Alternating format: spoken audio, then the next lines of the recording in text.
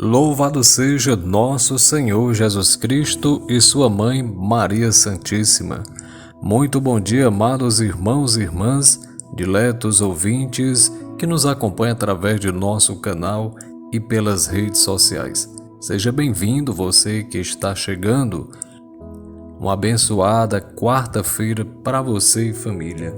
Neste dia 9 de junho, que lembramos o santo São José de Anchieta, este jesuíta, considerado o apóstolo do Brasil, que foi beatificado em 22 de junho de 1980 pelo São João Paulo II e no dia 3 de abril de 2014 declarado santo por intermédio de um decreto assinado pelo Papa Francisco. Que São José de Anchieta possa interceder por cada um de nós em nosso trabalho de evangelização dos povos.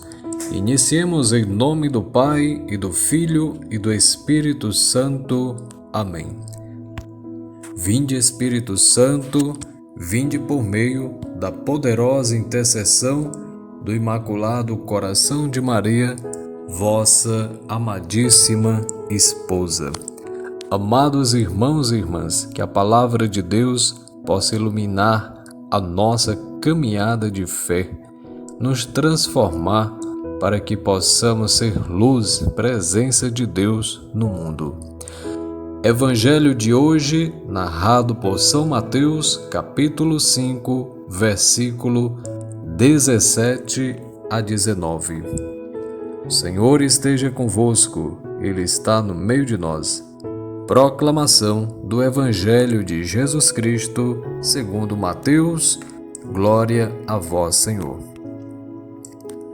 Naquele tempo disse Jesus aos seus discípulos: Não penseis que vim abolir a lei e os profetas. Não vim para abolir, mas para dar-lhes pleno cumprimento. Em verdade eu vos digo, antes que o céu e a terra deixem de existir, nenhuma só letra ou vírgula serão tiradas da lei, sem que tudo se cumpra. Portanto, quem desobedecer a um só destes mandamentos, por menor que seja, e ensinar os outros a fazerem o mesmo, será considerado o menor no reino dos céus. Porém, quem os praticar e ensinar será considerado grande no reino dos céus. Palavra da salvação, glória a vós, Senhor. Amados irmãos e irmãs, o importante, portanto, não é só ouvir, gostar, escutar, mas colocar em prática a palavra de Deus.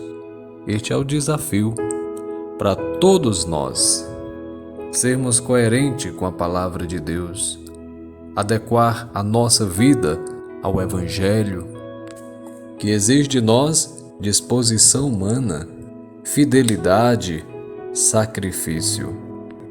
Precisamos conhecer a Deus. E Deus se revela. Foi se revelando desde o início aos povos primitivos, naquela época, naquela ocasião, com os patriarcas, com os juízes. Somos sabedores que entre os judeus o Antigo Testamento foi dividido. A Torá, os livros proféticos, escritos sapienciais, enfim, para que o povo pudesse observar a palavra de Deus.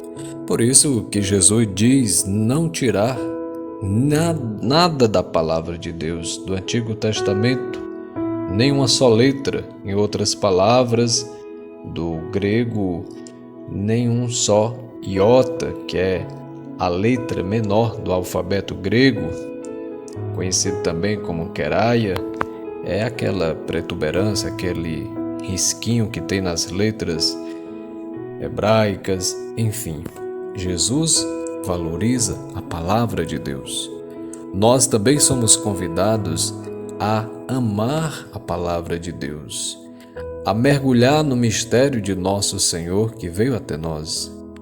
Lembrando as palavras do Papa Francisco, que o cristianismo não é a religião do livro, mas da palavra, e esta palavra que é uma pessoa viva e ressuscitada, Jesus, que transforma a nossa vida, que dá vida nova. Quando aderimos pela fé esta palavra, esta pessoa que está no meio de nós. Entre nós, os beneditinos, na Ordem de São Bento, temos a prática, o costume de todos os dias buscarmos meditar com a palavra de Deus. Eu tomei a iniciativa de um tempo para cá, desde o ano passado praticamente, apresentar esta palavra partilhada de forma breve, através das redes sociais, neste tempo de pandemia que estamos vivenciando.